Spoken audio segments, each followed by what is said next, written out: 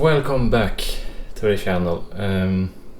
Today I'm going to give you guys some tips on how to avoid problems with copyrights and such. Just to make this a little more fun to watch, I might over-exaggerate the ways to avoid the copyright problems a bit, but I hope you get the point. Are things you can actually do to avoid copyright? Well, you don't need to over-exaggerate them the way I did, because then your recording will be completely useless. Try these things out, but tune it down a notch.